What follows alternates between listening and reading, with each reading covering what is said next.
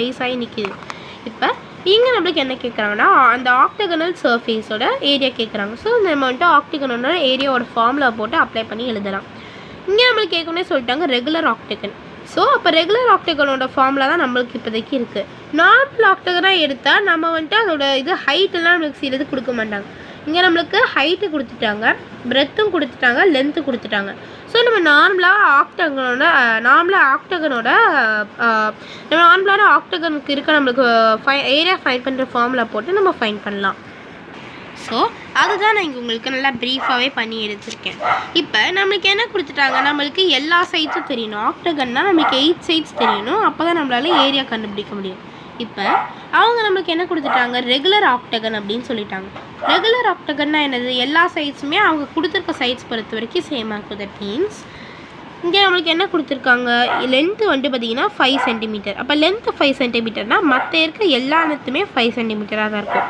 அப்போ இதுவுமே 5 சென்டிமீட்டர் தான் இருக்கும். இதுவும் 5 சென்டிமீட்டர், இதுவும் 5, இதுவும் 5, இதுவும் 5, இதுவும் 5, இது எல்லாமே 5 சென்டிமீட்டர்ஸாக இருக்கும். அதே மாதிரி இப்போ நம்மளுக்கு வந்துட்டு இங்கே ஒரு இது பிரிச்சுட்டாங்க. இப்போ நம்ம மோஸ்ட்லி ஒரு குவாடிலேட்ரல்னு இல்லை, ஒரு ஜென்ரலான ஒரு பாலிகன்னாலே நம்ம என்ன பண்ணுவோம், ஈஸியாக நம்ம வந்துட்டு ஃபைண்ட் பண்ணுறதுக்கு ஃபஸ்ட்டு வந்துட்டு அதை செப்பரேட் பண்ணுவோம். ஸோ நான் அந்த மாதிரி இப்போ செப்பரேட் பண்ணிக்கிறேன்னு வச்சுக்கோங்க. அப்போ இந்த எண்ட்லேருந்து இந்த எண்டு வரைக்கும் நான் ஒரு லைன் போடுறேன். அப்போ இப்போ இது என்ன ஆகிடும், இது வந்துட்டு என்ன ஆகிடும், இப்போ இது வந்துட்டு ஒரு ரெக்டாங்கிள் ஆகிடும். அதே மாதிரி அவங்க நம்மளுக்கு இங்கே பிரித்து கொடுத்துட்டாங்க. அப்போ இது என்னது, இது வந்துட்டு ஒரு இது ட்ரப்பீசியம் ஆகிடும். அதே மாதிரி நான் இங்கே அதே மாதிரி ஒன்று போடுறேன்னு வச்சுக்கோங்க.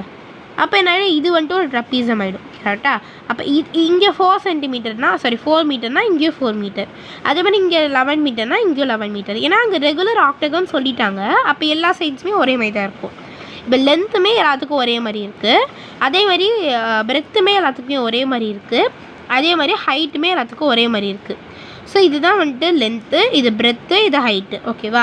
இப்போ நம்ம நார்மலாக வந்துட்டு ஏரியா எப்படி கண்டுபிடிக்கலாம் ஆக்டகனுக்கு அப்படின்னு பார்க்கலாம். இங்கே நம்ம எழுதியிருக்கோம்.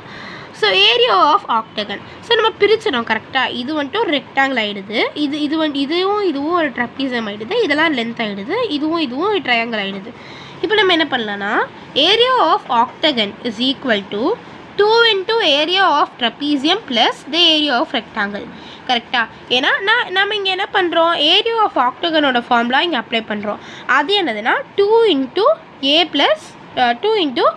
plus b, அதாவது 2 into l plus b தான் நான் இங்கே a plus b அப்படின்னு சொல்கிறேன்.